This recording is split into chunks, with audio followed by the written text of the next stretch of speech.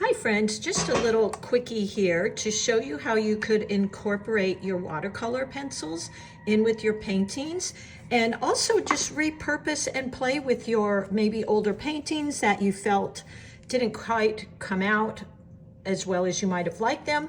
I say repurpose them, use them to learn from and experiment and practice. This is one I did last year. Not that I didn't like it, but it just was kind of, I don't know, for whatever reason, didn't end up using it. What I'm gonna do today is I'm gonna take this and just play with it a little bit for the shadows. What I'm using are my watercolor pencils. These are the Artisto 72s. They've actually got smaller sets, but I love these because they tend to be, the cores or the leads tend to be rather soft, which I like.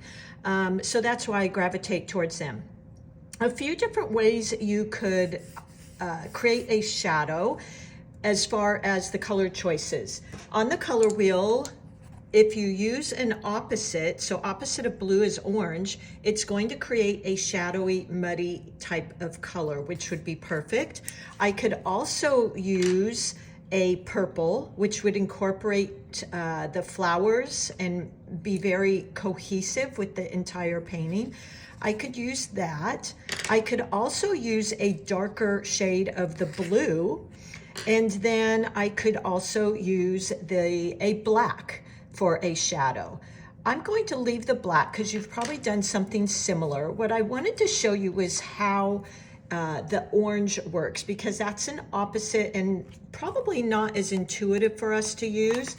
So let's just play with that a bit.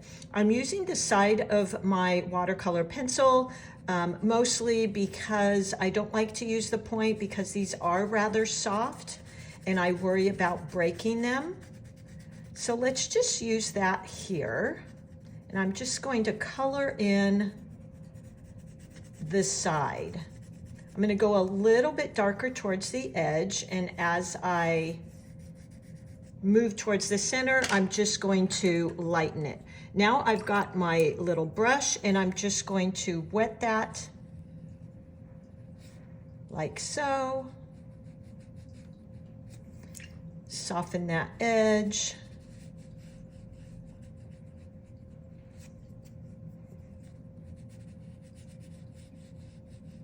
And we've created this beautiful, interesting little shadow.